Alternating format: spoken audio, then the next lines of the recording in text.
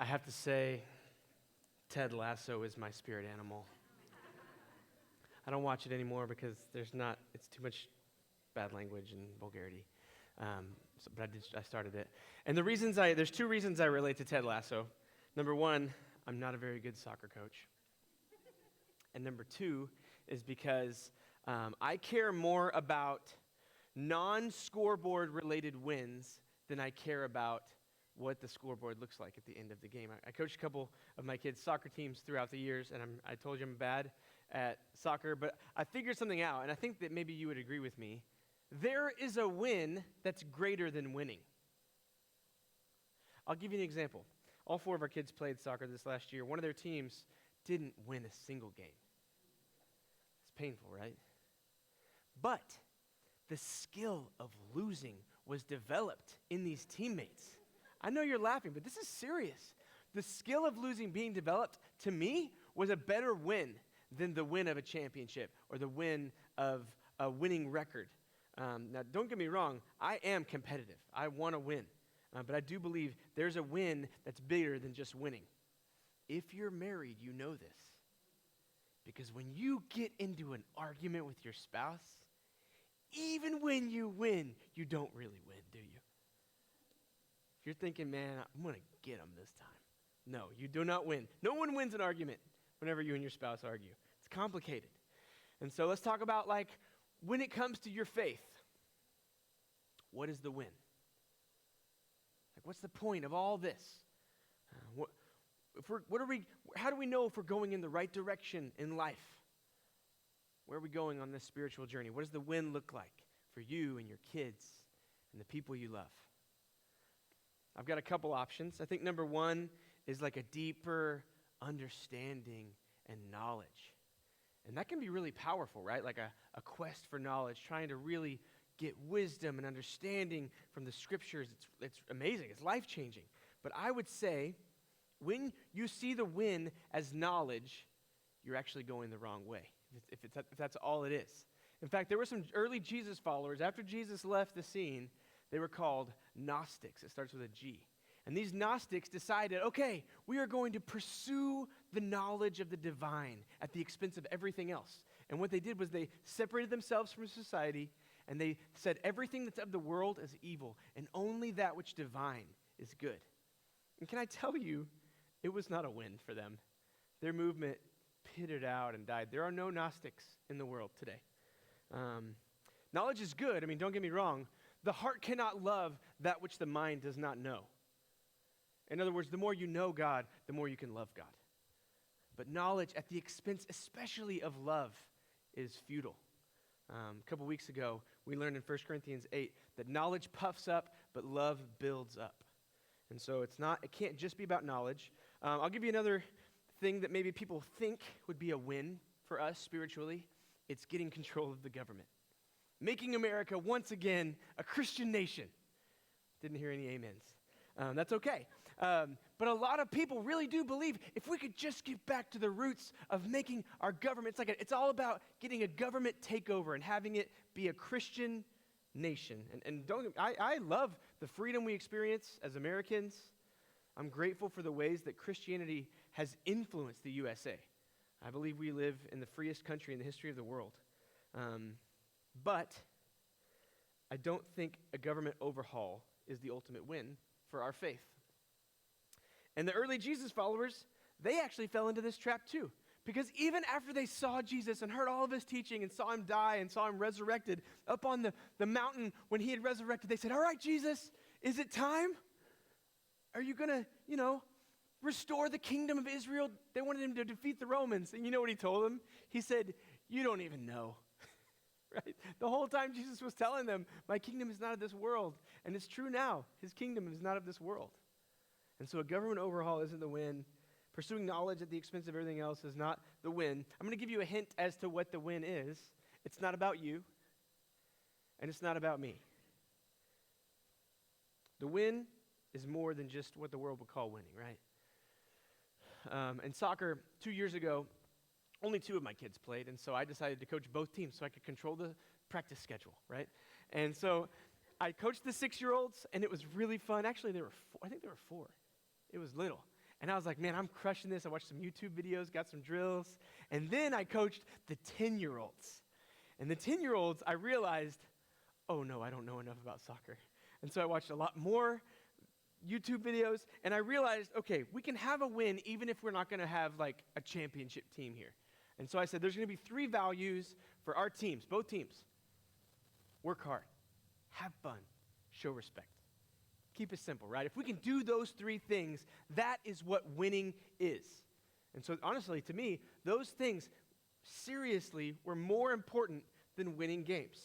And so what I believe that similarly, there is a win that's greater than the world's definition of winning. And we're going to get into 1 Corinthians chapter 9. I want to kind of give you a little bit of backstory. Paul is writing this, the Apostle Paul is writing this whole letter, and they're reading the whole letter as once. And so if you want to read it the way they read it, just read the whole thing all in one time. And he's just given this long explanation about food sacrificed to idols, because that was a big deal in first century Corinth. And so he said, if somebody's offended that you're about to eat food sacrificed to an idol, don't eat it, because you don't want to, mess them up. And he said also, if they're not offended about the food being sacrificed to an idol, just eat it, because the idol's not real anyways, right? It's not a real God. And so he's kind of giving that explanation. And then he's about to start talking about his apostleship. So this is the beginning of 1 Corinthians chapter 9. He says, am I not free? Am I not an apostle? Have I not seen Jesus our Lord? Are you not the result of my work in the Lord? Even though I may not be an apostle to others, surely I am to you. For you are the seal of my apostleship in the Lord. So apostleship. Apostle. An apostle is someone who is sent by Jesus. That's all it means. Apostle just means one who is sent by Jesus. And he's someone who's witnessed the resurrection, and he says that they are proof of his apostleship.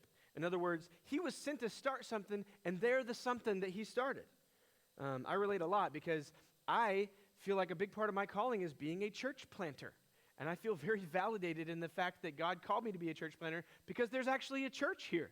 Like, we are the church together, and I believe God has used me to help with that. Just like God used Paul as an apostle, sent to start this church in Corinth. And it's confusing because in some ways, Paul is an apostle, and in other ways, Paul is not an apostle. Is that clear? When the 12 original apostles that Jesus called and Jesus sent, when he sent them, and then Judas, who betrayed Jesus, killed himself, they needed to replace him. And so what they did was they said, all right, who is someone who's been with us the whole time? Someone who's been with us before and during and after the resurrection. And they cast lots, and the lots fell to Matthias. And so they chose Matthias, which at this time Paul definitely wasn't a candidate because Paul was trying to kill Christians at this point. He was persecuting Christians.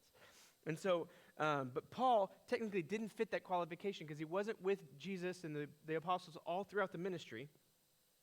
But he did see the resurrected Jesus, and he absolutely was sent by Jesus.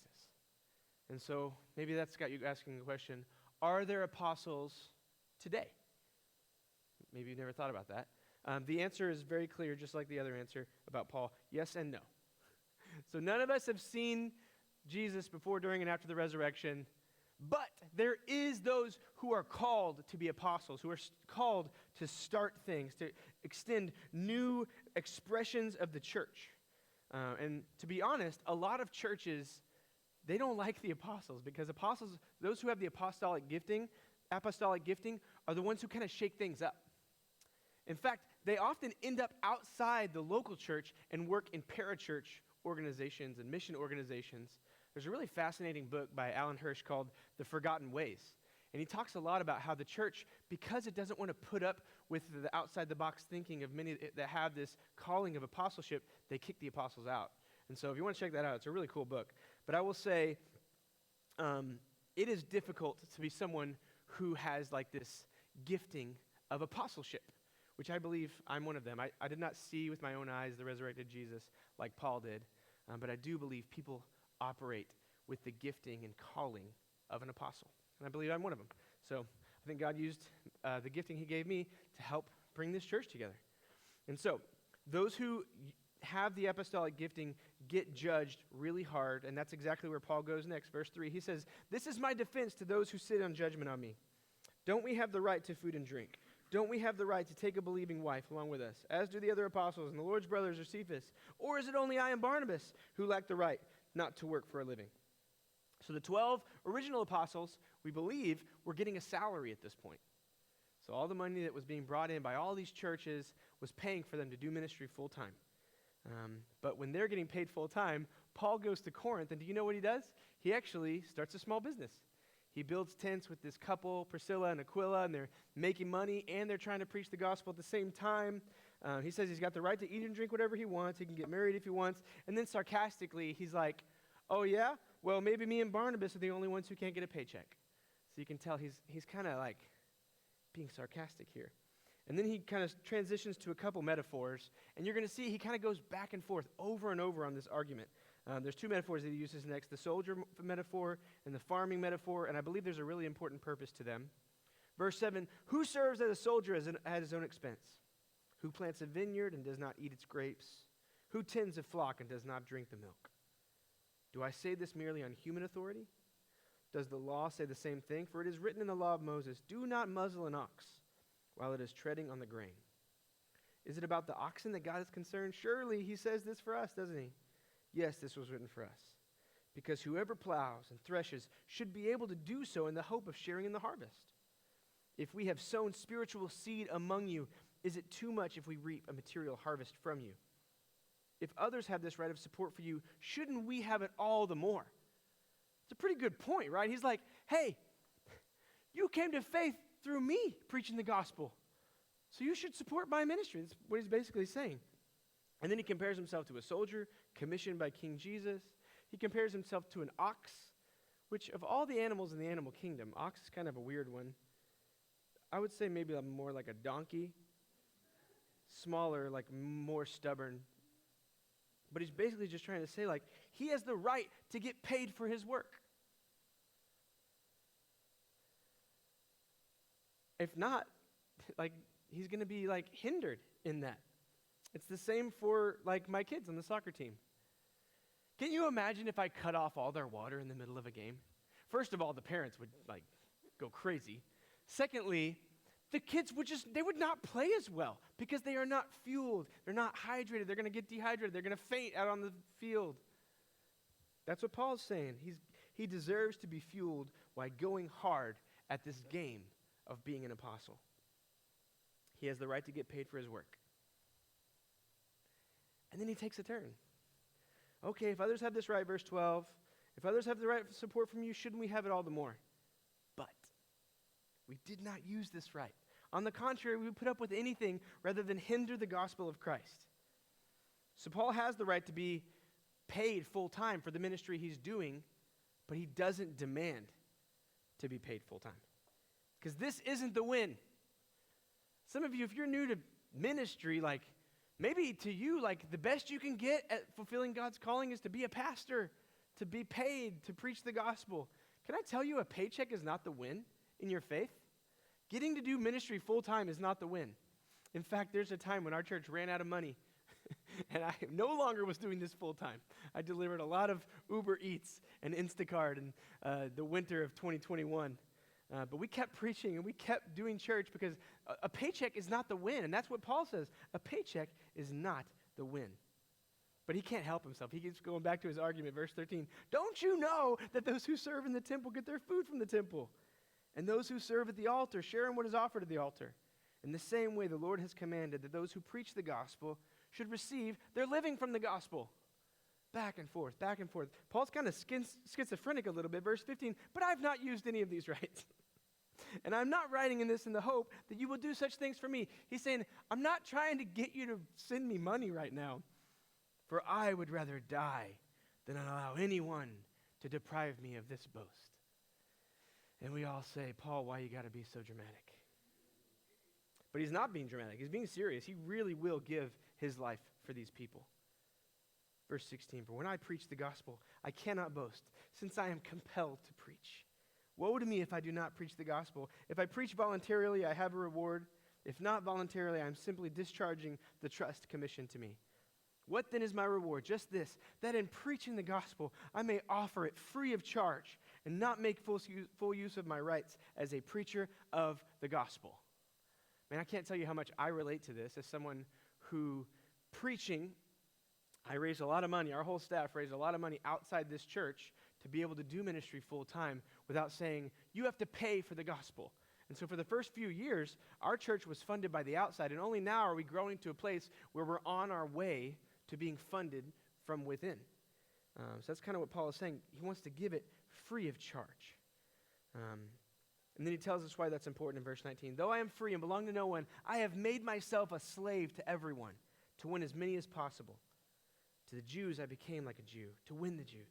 To those under the law I became like one under the law, though I myself am not under the law, so as to win those under the law. To those not having the law, I became like one not having the law, though I am not free from God's law, but I'm under Christ's law, so as to win those not having the law. To the weak I became weak to win the weak. I have become all things to all people, so that by all possible means I might save some. I do this all for the sake of the gospel, that I may share in its blessings. Anybody else here like to win? Competitive? I remember games of Monopoly around my childhood kitchen table, ending with people throwing stuff. We wanted to win, man. Some parents, right, we get so excited. We're more excited when our kids win than they are. Like, we like to win. That's why it's so hard to be a Cowboys fan. Thank you. I'll take your sympathy. But we like to win. You may like to win arguments. You may like to win financially. You may like to win at sports or cheer for a winning team. And Paul is telling us the greatest win is winning people. The more we follow Jesus, the more we see what the win is to him. And it's his sons and daughters coming home. And he cares a lot for this. He cares a lot about us seeing this as something worth pursuing with our all. That's why he goes to this next metaphor in verse 24. Listen to what he does. Do you not know that in a race, all the runners run, but only one gets the prize? Run in such a way to get the prize. Everyone who competes in the games goes into strict training. They do it to get a crown that will not last, but we do it to get a crown that will last forever. Therefore, I do not run like someone running aimlessly. I do not fight like a boxer beating the air. I strike a blow to my body and make it my slave, so that after I have preached to others, I myself might not be disqualified for the price. When they first read this letter, I told you, someone would stand up and they would read the entire letter to the gathered church. And when they read this part about the race and the crown and the boxer, they thought of something called the Isthmian Games. The Isthmian Games happen in Corinth every 2 years. So it either just happened or was about to happen. And it was second in glory only to the Olympic Games.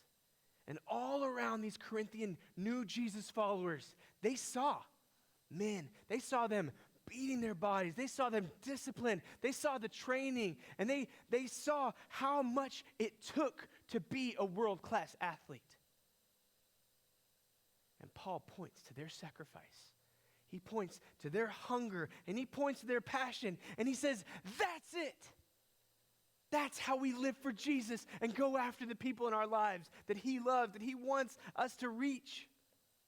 And the people who are doing it in the Isthmian Games, they do it for a crown of pine or celery. We're doing it for an eternal crown of glory. Glory. We don't think about glory very much. A crown of glory. And it won't stay on your head. You know, there's an image of what happens to the crown of glory. There's 24 elders in Revelation who take their crowns and they cast them down at the feet of Jesus, and it's beautiful. Glory is something that I hope maybe you'll start thinking more about. In fact, it's what life is all about. The whole win, the win of the universe, everything the win is the glory of God. John Piper says glory is infinite beauty and greatness of God's manifold perfections. Everything beautiful and wonderful that you could ever imagine is glory. The ultimate win is the glory of God. It's why we exist. It's the purpose of life. Humanity is not man-centered. It's God-centered. And God's glory on display is the purpose of everything. We see glory in everything beautiful, everything wonderful. And I want to read a verse from Isaiah the prophet about what brings God the most glory. It's Isaiah 43, 6 and 7. He says, "Bring my sons from afar, and my daughters from the ends of the earth, everyone who is called by my name, whom I created for my glory." The ultimate win is the glory of God, seen through sons and daughters of the King coming home. You want to know how to glorify God? Go win somebody to Jesus. That's the greatest win. Paul gives us another kind of glimpse into what constitute this crown of glory that we're going to receive when he's writing to some other first century Jesus followers in Thessaloniki. It's 1 Thessalonians 2:19. He says, "What is our hope, our joy, or the crown in which we will glory in the presence of our Lord Jesus when he comes? Is it not you?" He says, they're his crown. Those you reach with the gospel, that's your crown of glory. Ask any parent who's lovingly raised a kid who has strayed away. What would be the greatest honor and glory they could experience? It would be that child coming home.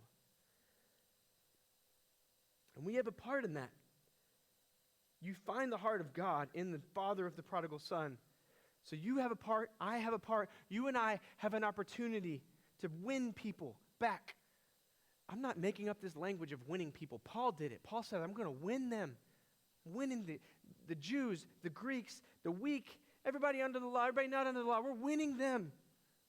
I want to recommend another book. It's called The Soul Winner by Charles Spurgeon. It's an incredible book. I could sit here for an hour and just read you quotes from it. I'll just tell you about one quick quote. He says, "To be a soul winner is the happiest thing in the world. And with every soul you bring to Jesus Christ, you seem to get a new heaven upon earth." Now, if you're new to this Jesus thing, that may sound a little bit overwhelming. You may be like, I don't think I know enough to be a soul winner. I don't know how to win somebody to Jesus. Can I tell you, when Jesus told Peter, you're going to fish for men now, I'm going to go make you a fisher of men, Peter had been following Jesus 10 seconds. He was new, man. He was brand new. Because it's relational, right? We all have somebody we can be relational with. And you know, you don't have to do it on your own. That's why we love to say, bring somebody to church. Bring them here. And you know what? You're scared that they're going to ask you a question you don't know the answer to. But the truth is, when they ask you a question that you don't know the answer to, they're going to see a humility in you that's like, man, that's a great question. Let's figure it out together. Nobody likes to learn or follow a know-it-all. So it's okay if you feel like, I'm new to this. I don't know how to win people. I'm not even sure I'm one. Just invite somebody along with the journey that you're already on. It doesn't matter if you're not confident. You can still do it. Or maybe for you, it's not about confidence. Maybe it's more about capacity. Like, man, I don't have capacity to be a soul winner right now. This is not on my to-do list. I got family responsibilities. I got work responsibilities. Maybe you're in school. Maybe you've got a lot of financial things you're thinking about. Or maybe if you're really honest, there's that addiction that you're keeping hidden that's keeping you from walking in your calling to go win people for Jesus. Or maybe there's a toxic relationship that you need to remove yourself from. Maybe there's just an unhealthy pattern that's kind of derailing the rest of your life. But whatever it is that's limiting your capacity, I want to tell you something that an ancient Roman philosopher, Marcus Aurelius, said. He was also the emperor of Rome. He said, what stands in the way becomes the way. In other words, whatever that thing is that's taking up your capacity, I guarantee you there are people there who you already have influence with that God wants to use you to win them to Jesus. And then whatever that addiction is or that toxic relationship or that unhealthy pattern is that's derailing your life, finding healing and freedom from that will be the way that God uses you to win people to Jesus. And it's going to be beautiful. Can I tell you, I didn't want to be the pastor who talks about his porn addiction. But once I was found out and God set me free, it has been the number one thing God has used to help me lead people to Jesus. That thing that you don't want anyone to know about, God is going to use it when you bring it to the light, when you find healing, when you are restored to your relationship with your Heavenly Father. What stands in the way becomes the way to win people. See, we don't have time to sit around in the busyness of life and ignore the greatest calling that God has on your life. No one gets to heaven and says, wow, you were really good at making money. Or, man, your kids really were good at sports. Or like, wow, look at all the places you traveled. Was that really fulfilling? No, there's one thing on this earth that it's eternal, and it's the souls of women and men. So we got to go hard. Just like Paul said, he said, I'm going to beat my body into submission. I'm going to run to win the race. That's why we go hard. Nobody's inspired by someone who half-asses it. There are people in your life who are waiting for you to come and win them to a life of purpose and freedom and healing in a relationship with their Heavenly Father. And maybe another problem is some of you care more that I said half-ass than you care about the people that are waiting for you to win them to Jesus. Is that a problem? I think maybe so. We've got to go hard after our friends and neighbors. And I'm going to tell you how. There's 3 really simple things you're going to do that will lead to you winning people for Jesus. You're going to name the win, you're going to pray, and you're going to relate. So the first thing is name the win. The win is not a what, it's a who. So start thinking about life. Start thinking about the direction we're going. The win for your faith isn't a what, it's a who. There are people in your life who are waiting for you. The win is not a what, it's a who. So name the people. When you start writing it down, when you list the people you want to invite to church, list the people that you want to be relational with, that you want to share the gospel with, when you write that list down, you shift your focus off yourself and you start seeing the people around you. And your heart grows towards them.